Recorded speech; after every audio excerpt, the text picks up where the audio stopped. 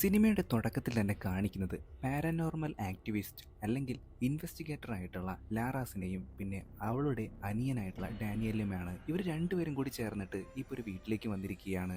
അവിടുത്തെ പെൺകുട്ടിയുടെ ദേഹത്തേക്ക് ഒരു പ്രേതം കയറിയിട്ടുണ്ട്. അതൊഴിപ്പിക്കാനായിട്ട് ഇവര് ആ വീട് മൊത്തം തിരയാനായിട്ട് തുടങ്ങി. ആ വീട്ടിൽ അടഞ്ഞു കിടന്നിരുന്ന ഒരു റൂം അവർ തുറന്നു നോക്കിയപ്പോൾ ഒരുപാട് മാറാലിയും മറ്റൊക്കെ ഉണ്ടായിരുന്നു. റൂമിലെ കട്ടിലിനടിയിൽ നിന്നായിട്ട് ഒരു ഡോള് അവർക്ക് കിട്ടുന്നുണ്ട്, അതായത് ഒരു പാവ. അങ്ങനെ ഈ ഒരു പാവയും എടുത്തുകൊണ്ട് ലാറാസും ഡാനിയലും കൂടി ചേർന്നിട്ട് ഈ കുട്ടിയുടെ അടുത്തേക്ക് പോകുന്നു. ഇവരങ്ങോട്ടേക്ക് എത്തുന്നതിന് മുമ്പായിട്ട് തന്നെ ബാധ കയറിയ ഈ പെൺകുട്ടിയാകട്ടെ അവളുടെ സ്വന്തം അച്ഛന്റെ കഴുത്തിലൊക്കെ കടിക്കുന്നുണ്ടായിരുന്നു.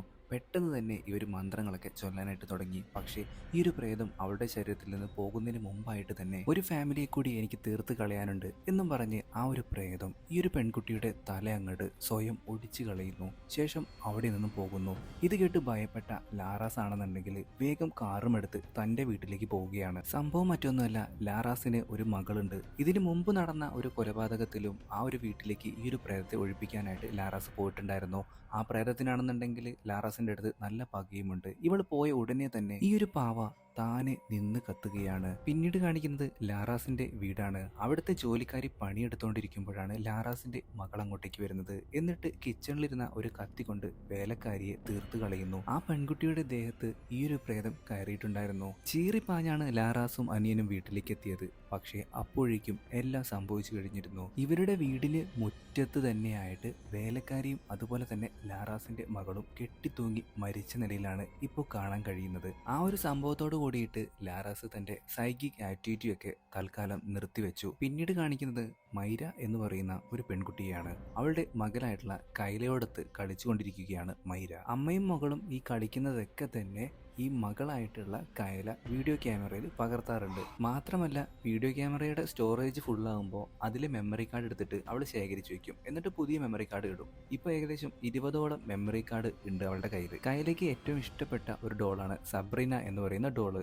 ഇതാണ് അവളുടെ അച്ഛൻ, പേര് അൽദോ. വലിയൊരു ബിസിനസ്സുകാരനാണ്. അതുകൊണ്ട് തന്നെ കുടുംബത്തിൽ എപ്പോഴും ഉണ്ടാവാറില്ല. പക്ഷേ സമയം കിട്ടുമ്പോഴൊക്കെ അമ്മയും മോളെയും കൊണ്ട് പുള്ളിക്കാരൻ പുറത്തൊക്കെ പോകാറുണ്ട്. ഇപ്പോഴിതാ കയ്യിൽ എന്തോ വീഡിയോ പകർത്തിക്കൊണ്ടിരിക്കുകയാണ്. ശേഷം ഇവരവരുടെ ബെൻസ് കാറിൽ തന്നെ ചുറ്റാനായിട്ട് പോകാൻ നിൽക്കുമ്പോൾ വേലക്കാരിയായിട്ടുള്ള റിനിയോട് ടാറ്റ പറയാനായിട്ട് മൈര തന്റെ മകളോട് പറയുകയാണ്. ദേ ഇപ്പൊ നമ്മൾ കാണുന്ന ആളാണ് റിനി. ആളൊരു പാവമാണ്. കൈലയുടെയും ഈ ഒരു കുടുംബത്തിന്റെയും എല്ലാ കാര്യങ്ങളും അവളാണ് ശരിക്കും പറഞ്ഞാൽ നോക്കുന്നത്. ഇവരങ്ങനെ സന്തോഷത്തോട് കൂടിയിട്ട് ഡിന്നർ കഴിക്കാനായിട്ട് അവിടെ നിന്ന് യാത്ര ആരംഭിച്ചു. പക്ഷേ കുറച്ച് കഴിഞ്ഞപ്പോഴാണ് നമ്മുടെ അൽദോയ്ക്ക് ഒരു കാര്യം മനസ്സിലായത്. കാറിന്റെ ബ്രേക്ക് നഷ്ടപ്പെട്ടിട്ടുണ്ട്. എത്രയൊക്കെ ബ്രേക്ക് ചവിട്ടിയിട്ടും കിട്ടിയില്ല. അവരുടെ കാറ് ആക്സിഡന്റ് ആവുന്നു. എന്തോ ഭാഗ്യത്തിന് അൽദോയ്ക്കും മൈരയ്ക്കും ഒന്നും പറ്റിയില്ല. പക്ഷേ അവരുടെ മകളായിട്ടുള്ള കൈല തൽക്ഷണം മരണപ്പെട്ടു. ഒട്ടും പ്രതീക്ഷിക്കാതെയായിരുന്നു ആ ഒരു അപകടം സംഭവിച്ചത്. ഒരുപാട് ദിവസങ്ങൾ കഴിഞ്ഞിട്ടും രണ്ടു പേർക്കും തന്റെ മകളെ വിട്ടുപിരിഞ്ഞതിനുള്ള ദുഃഖം അടക്കാനാവുന്നില്ല. ദിവസങ്ങൾ പിന്നെയും കടന്നുപോയി. തന്റെ മകൾക്ക് ഇഷ്ടപ്പെട്ട സബ്രീന ഡോളും അതുപോലെ തന്നെ അവൾ പകർത്തി വെച്ചിട്ടുണ്ടായിരുന്ന വീഡിയോ ക്യാമറയിലെ ഫൂട്ടേജുകളും നോക്കിക്കൊണ്ട് മൈര കരഞ്ഞുകൊണ്ടിരിക്കുകയാണ്. 6 മാസം കഴിഞ്ഞിരിക്കുന്നു. വീണ്ടും നമ്മുടെ മരിച്ചുപോയ കൈലയുടെ ബർത്ത്ഡേ വരാനായിട്ട് പോവുകയാണ്. അച്ഛനായിട്ടുള്ള അൽദോ ഇപ്പോൾ കേക്കുമായിട്ടാണ് വീട്ടിലേക്ക് വന്നിരിക്കുന്നത്. അവൾക്ക് കേക്കൊക്കെ ഭയങ്കര ഇഷ്ടമായിരുന്നല്ലോ. കുറച്ചു നേരത്തെങ്കിലും നമുക്ക് അവൾക്ക് വേണ്ടി പ്രാർത്ഥിച്ച് ഈ ഒരു കേക്ക് ഒരുമിച്ച് മുറിക്കാം. അങ്ങനെ അന്ന് രാത്രിയായപ്പോൾ നമ്മുടെ മൈര പെട്ടെന്ന് ഞെട്ടി എണീക്കുകയാണ്. അവളുടെ മകളുടെ ഒരു പ്രസൻസ് ഇപ്പൊ മൈരയ്ക്ക് തോന്നുന്നുണ്ട്. നേരെ മകളുടെ റൂമിലേക്ക് പോയി നോക്കുമ്പോൾ അവിടെ ആ ഒരു ഡോൾ ഇരിക്കുന്നുണ്ട്. പെട്ടെന്ന് ബാത്റൂമിൽ നിന്നൊരു സൗണ്ട്. ഇവള് ആരോ ഉണ്ടെന്ന് വിചാരിച്ചിട്ട് അങ്ങോട്ടേക്ക് പോയി നോക്കുമ്പോൾ ബാത്റൂമിലെ ഫ്ലഷ് ആരോ ഞെക്കിയിട്ടുണ്ട്. അതിന്റെ ആ ഒരു വെള്ളം പോകുന്ന സൗണ്ട് ഇപ്പോഴും കേൾക്കുന്നുണ്ട്. പെട്ടെന്നാണ് ഡൗൺ സ്റ്റേഴ്സിൽ നിന്ന് ആരോ ടി വിയിൽ ടോമാഞ്ചറി വെച്ചിരിക്കുന്നത് അവൾ കാണുന്നത്. ഇത് കണ്ട് പേടിച്ച് മൈര ഒന്ന് തിരിഞ്ഞപ്പോഴേക്കും അൽദോ അങ്ങോട്ടേക്ക് വന്നു. അൽദോയോട് ഇവൾ നടന്ന കാര്യങ്ങളൊക്കെ പറഞ്ഞു. അടുത്ത ദിവസം രാവിലെ തന്നെ വേലക്കാരിയായിട്ടുള്ള റീനിയുടെ അടുത്ത് ടി വിയുടെ കാര്യം പറഞ്ഞപ്പോൾ, മാഡം ആ ടി വി കേട് വന്നിട്ട് 2-3 ആഴ്ചയായല്ലോ, അതെങ്ങനെയാണ് വർക്ക് ചെയ്യുന്നത്? ഈ കാര്യം പറയുമ്പോൾ നമ്മുടെ മൈരയ്ക്കാണെന്നുണ്ടെങ്കിലും ആകെ കൺഫ്യൂഷനാണ്. പെട്ടെന്നാണ് വീട്ടിലേക്ക് ഒരാൾ കടന്നു വരുന്നത്. മറ്റാരുമല്ല, നമ്മുടെ മൈരയുടെ ബെസ്റ്റ് ഫ്രണ്ട് ആയിട്ടുള്ള എൽസ ആയിരുന്നു അത്. ഡിപ്രഷൻ അടിച്ചിരിക്കുന്ന തൻ്റെ കൂട്ടുകാരിയും കൊണ്ട് ഈ ഒരു എൽസ ആണെന്നുണ്ടെങ്കിൽ നേരെ പോകുന്നത് ഒരു മാളിലേക്കാണ്. അവരങ്ങനെ ഈ ഒരു ക്യാപ്പിച്ചിനോയും മറ്റൊക്കെ ഓർഡർ ചെയ്തിരിക്കുമ്പോൾ തൊട്ടടുത്ത ടേബിളിലായിട്ട് ഒരു ഫാമിലി വന്നിരിക്കുന്നുണ്ട്. അവരുടെ കൂടെ അവരുടെ കുട്ടിയുണ്ട്. ആ കുട്ടീനെ ആ മാതാപിതാക്കൾ കൊഞ്ചിക്കുന്നതൊക്കെ കാണുമ്പോൾ മൈരയ്ക്ക് നല്ല രീതിയിലുള്ള വിഷമാവുന്നുണ്ട്. ഇതെല്ലാം കണ്ട് മനസ്സിലാക്കിയ എൽസി ആകട്ടെ ഒരു തമാശ രൂപേണ നിനക്ക് വേണമെന്നുണ്ടെങ്കിൽ മരിച്ചുപോയ നിന്റെ മകളോട് സംസാരിക്കല്ലോ എന്നൊക്കെ പറഞ്ഞിട്ട് മരിച്ചുപോയ മകളുടെ ആ ഒരു ഇഷ്ടപ്പെട്ട സബ്രീന ഡോളും വെച്ചിട്ട് ഇവർ മെഴുകുതിരിയൊക്കെ കത്തിച്ച് മകളോട് സംസാരിക്കാനായിട്ടൊക്കെ ശ്രമിക്കുന്നു. ഇവരിപ്പി ചെയ്യുന്ന മന്ത്രം അല്ലെങ്കിൽ കൂടോത്രം കാര്യങ്ങളൊക്കെ കംപ്ലീറ്റ് ചെയ്യേണ്ടതായിട്ടുണ്ടായിരുന്നു. പക്ഷെ അങ്ങോട്ടേക്ക് അപ്പോഴേക്കും വേലക്കാരിയായിട്ടുള്ള റിനി കുറച്ച് ഡ്രസ്സുമായിട്ട് കടന്നു വരുന്നുണ്ട്. രണ്ടുപേരും നന്നായിട്ട് പേടിച്ചു. അപ്പോഴേക്കും ഇവർ ഈ മന്ത്രങ്ങളെ പറ്റിയിട്ടും പിന്നെ ഈ ചെയ്തുകൊണ്ടിരിക്കുന്ന കാര്യത്തിനെ പറ്റിയിട്ടൊക്കെ മറന്നുപോയി. അങ്ങനെ രാത്രിയായപ്പോൾ നമ്മുടെ മൈരയാണെന്നുണ്ടെങ്കിൽ ഇപ്പോൾ കുളിക്കാനായിട്ട് ബാത്റൂമിലേക്ക് കയറി. അവളിങ്ങനെ കുളിച്ചുകൊണ്ടിരിക്കുമ്പോൾ തൻ്റെ മകളുടെ രൂപത്തിലുള്ള ഒരു പ്രേതം ഇപ്പോൾ കുളിക്കുന്ന സ്ഥലത്തേക്ക് വന്നിട്ട് അവളിങ്ങനെ തുറച്ചു നോക്കുന്നുണ്ട്. മൈര ആണെങ്കിൽ ആകെ പേടിച്ച് വിറച്ചിട്ട് ഇപ്പോൾ ബാത്റൂമിൻ്റെ പുറത്തേക്ക് വന്നു. അതുമാത്രമല്ല ബാത്റൂമിൽ ഉണ്ടായിരുന്ന കണ്ണാടിയിൽ മാമ എന്ന് എഴുതിയിട്ടുണ്ട്, അതായത് അമ്മ എന്ന് എഴുതിയിട്ടുണ്ട്. പെട്ടെന്ന് തന്നെ എൽസ അങ്ങോട്ടേക്ക് വന്നു. എൽസയോട് ഇവിടെ ഈ കാര്യങ്ങളൊക്കെ പറഞ്ഞു. പിന്നീട് ആ കണ്ണാടിയിൽ നോക്കിയപ്പോൾ ആ ഒരു എഴുത്തും കാണാനില്ല, ഒന്നും കാണാനില്ല. എല്ലാം നിന്റെ തോന്നലാണ്, നീ പേടിക്കണ്ട എന്നൊക്കെ പറഞ്ഞ് എൽസ സമാധാനിപ്പിച്ച് അടുത്ത ദിവസം തന്നെ എൽസ അവളുടെ വീട്ടിലേക്ക് പോയി. ഒരു ദിവസം നമ്മുടെ മൈരയാകട്ടെ അലക്കിയ തുണികളെല്ലാം വിരിച്ചുകൊണ്ടിരിക്കുമ്പോഴാണ് അവൾ കൊണ്ടുവന്ന തുണിയുടെ കൊട്ടയുണ്ടല്ലോ അതിൽ ഈ ഒരു സബ്രീന ഡോൾ വന്നിരിക്കുന്നത്. അത് അവളൊട്ടും പ്രതീക്ഷിച്ചില്ല. അവൾ ആ കരഞ്ഞ് പേടിച്ചിട്ട് പുറത്തേക്ക് ഓടുമ്പോൾ തന്നെ അൽദോ അങ്ങോട്ടേക്ക് കടന്നു വരുന്നു. നമ്മളുടെ മരിച്ചുപോയ മകള് ഇവിടെ തന്നെയുണ്ട്, നമ്മളെ വിട്ടുപോയിട്ടില്ല. എന്നിട്ട് ഇവൾക്ക് അനുഭവപ്പെട്ട കാര്യങ്ങളെല്ലാം എൽദോയുടെ അടുത്ത് പറയുന്നുണ്ടെങ്കിലും അയാൾ അതൊന്നും വിശ്വസിക്കുന്നില്ല. അടുത്ത ദിവസം ഒരു ബിസിനസ് മീറ്റിംഗ് ഉണ്ട്. അതുകൊണ്ട് തന്നെ എൽസിയെ വിളിച്ചിട്ട് നമ്മുടെ എൽദോ കാര്യങ്ങളെല്ലാം പറയുന്നു. പിന്നീടുള്ള ദിവസങ്ങളെല്ലാം തന്നെ മൈരയെ വേട്ടയാടിക്കൊണ്ടിരിക്കുകയാണ് ഈ ഒരു കുട്ടിപ്രേതം. അതായത് അവളെ ഉപദ്രവിക്കുന്നൊന്നുമില്ല, പലതരത്തിലുള്ള സയൻസും കാര്യങ്ങളൊക്കെ അവൾക്ക് ഇങ്ങനെ കാണിച്ചു കൊടുക്കുകയാണ്. പലതരത്തിലുള്ള എഴുത്തുകൾ, അതുപോലെ തന്നെ ബാത്റൂം താനെ ഫ്ലഷ് ആവുക, രാത്രിയിലുണ്ടാകുന്ന സൗണ്ടുകൾ. അങ്ങനെ ലാസ്റ്റ് നിക്കക്കള്ളില്ലാണ്ടായപ്പോൾ എൽദോ ആണെന്നുണ്ടെങ്കിൽ ഇവളെയും കൊണ്ട് ഒരു സൈക്കാട്രിസ്റ്റിൻ്റെ അടുത്തേക്ക് പോവുകയാണ്. മകള് പെട്ടെന്ന് നഷ്ടപ്പെട്ടുകൊണ്ട് നിങ്ങൾക്ക് തോന്നുന്നതാകാം ഇതെല്ലാം.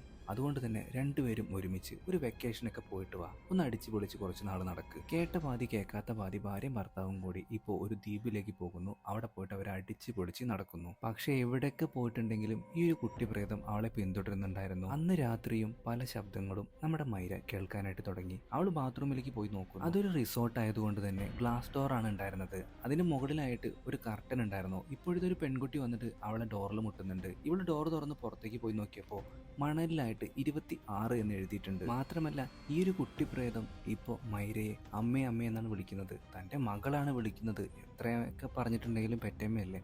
അവൾ പിന്നാലെ പോകുന്നുണ്ട്. ഈ കുട്ടി പ്രേതമാകട്ടെ മൈരയെ കൊണ്ടുപോകുന്നത് അവിടെ ഉണ്ടായിരുന്ന ഒരു സ്വിമ്മിംഗ് പൂളിലേക്കാണ്. പെട്ടെന്ന് തന്നെ ഈ ഒരു കുട്ടി പ്രേതം അതിലേക്ക് എടുത്തു ചാടുന്നു. മൈരയുടെ മനസ്സിൽ എന്തൊക്കെ പറഞ്ഞാലും തന്റെ മകൾ എന്നുള്ള ചിന്ത മാത്രമാണ്. അവളും സ്വിമ്മിംഗ് പൂളിലേക്ക് എടുത്തു ചാടുന്നു. ഇതെല്ലാം കണ്ടുകൊണ്ട് എൽദോ അങ്ങോട്ടേക്ക് വരുന്നുണ്ട്. അവനും അതിലേക്ക് ചാടിയിട്ട് ഇവളെ രക്ഷപ്പെടുത്തുന്നുണ്ട്.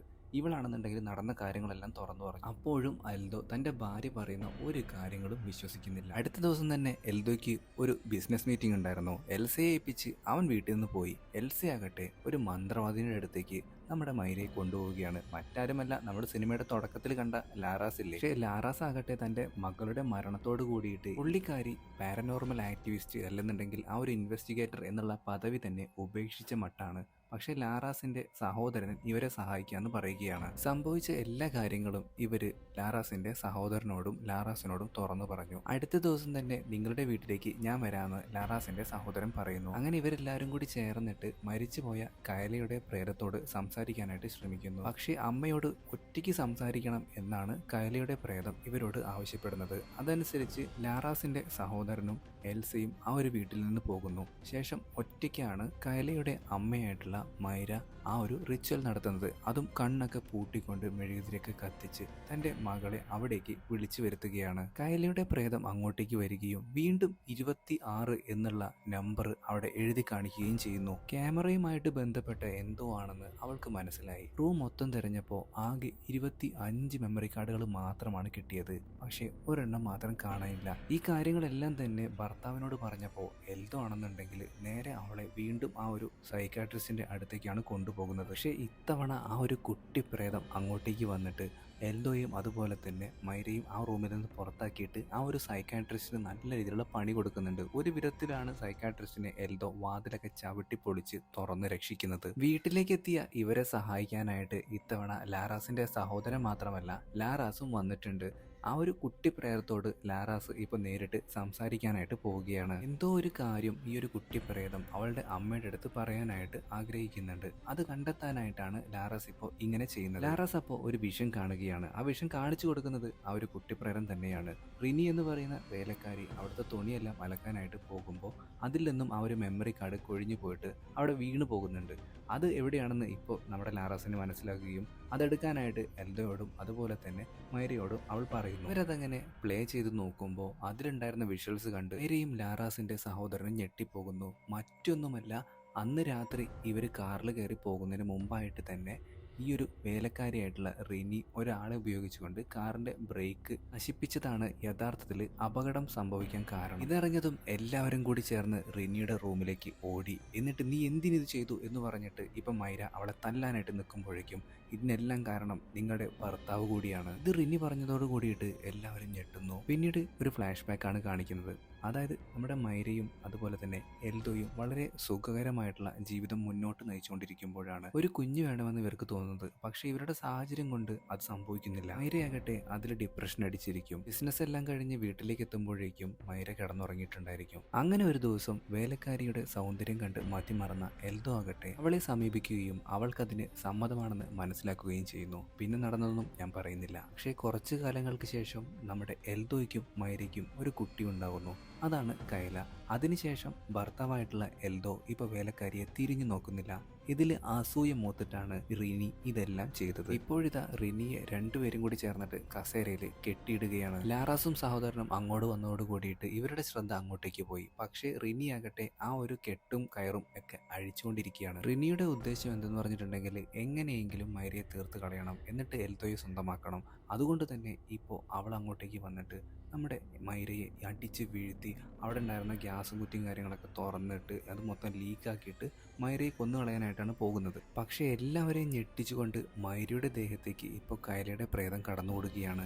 എയർ ഡക്റ്റിലൂടെ രക്ഷപ്പെടാനായിട്ട് റിനി ശ്രമിച്ചു. പക്ഷേ റിനിയെ വിടാതെ പിന്തുടരുകയാണ് കൈലയുടെ പ്രേതം. അങ്ങനെ നീണ്ട പോരാട്ടത്തിനൊടുവിൽ കൈലയുടെ പ്രേതമാണെന്നുണ്ടെങ്കിൽ ഇപ്പോൾ റിനിയെ കീഴ്പ്പെടുത്തുകയും അവൾക്കിട്ട് നല്ല രീതിയിലുള്ള പണി കൊടുക്കുകയും ചെയ്തു. കൈലയുടെ പ്രേതത്തെ പിടിച്ചു കെട്ടാനായിട്ട് ഇനി ഒരൊറ്റ മാർഗമുള്ളൂ. അവളുടെ അച്ഛനായിട്ടുള്ള എൽദോയും അമ്മയായിട്ടുള്ള മൈരയും അവളെ തടയുക. അച്ഛനും അമ്മയും പറഞ്ഞത് കേട്ട് ലാസ്റ്റ് പ്രേതമായിട്ടുള്ള കൈല അതിന് സമ്മതിക്കുന്നു. ഇപ്പോഴിതാ കൈലയുടെ പ്രേതം അമ്മയുടെ അടുത്തേക്ക് വരുന്നുണ്ട്. എന്നിട്ട് രണ്ടുപേരും കൂടി കൈകൾ ചേർത്ത് വയ്ക്കുന്നതിന് മുമ്പായിട്ട് തന്നെ കൈലയുടെ പ്രേതം മിന്നിമാഞ്ഞ് പോകുന്നു. അപ്പോഴേക്കും പോലീസും ആംബുലൻസും ഒക്കെ എത്തിയിട്ടുണ്ടായിരുന്നു. എല്ലാം നല്ല ഭംഗിയായിട്ട് ഇപ്പൊ അവസാനിച്ചു. പിന്നീട് കാണിക്കുന്നത് ലാറാസിനെയാണ്. അവളിരിക്കുന്ന ടേബിളിനടുത്തായിട്ട് തന്നെ ഒരു ചിത്രശലഭം ഇങ്ങനെ പറന്നു പോകുന്നുണ്ട്. സിനിമയുടെ അവസാനത്തിലെ കൈലയുടെ കുഴിമാടത്തിനടുത്തേക്ക് വന്നിട്ട് നമ്മുടെ എൽദോ ഇങ്ങനെ മാപ്പ് പറയുന്നുണ്ട്. ഇതെല്ലാം കണ്ടുകൊണ്ട് എൽസയും നമ്മുടെ മൈരയും അവിടെ നിൽക്കുന്നുണ്ട്. മൈരയാണെന്നുണ്ടെങ്കിൽ ഇപ്പോൾ എൽദോയ്ക്ക് മാപ്പ് കൊടുക്കുന്നു. രണ്ടുപേരും വീണ്ടും ഒന്നിക്കുകയാണ്. ഇങ്ങനൊരു സീന് കാണിച്ചുകൊണ്ടാണ് നമ്മുടെ ഇന്നത്തെ സിനിമ അവസാനിക്കുന്നത്. വീഡിയോ ഇഷ്ടപ്പെടുന്നെങ്കിൽ ലൈക്ക് ചെയ്യാനും ഷെയർ ചെയ്യാനും മറക്കരുത്. ആദ്യമായിട്ടാണ് കൂട്ടുകാർ നമ്മുടെ ഈ ഒരു കൊച്ചു ചാനൽ കാണുന്നെങ്കിൽ ഇപ്പം തന്നെ സബ്സ്ക്രൈബ് ചെയ്യാനും ലൈക്ക് ചെയ്യാനും മറക്കരുത്. പുതിയൊരു വീഡിയോ ആയിട്ട് നമുക്ക് വീണ്ടും കാണാം. അതുവരെ എല്ലാവരും നല്ല ഹാപ്പി ആയിട്ടിരിക്കാം. Tata, bye by.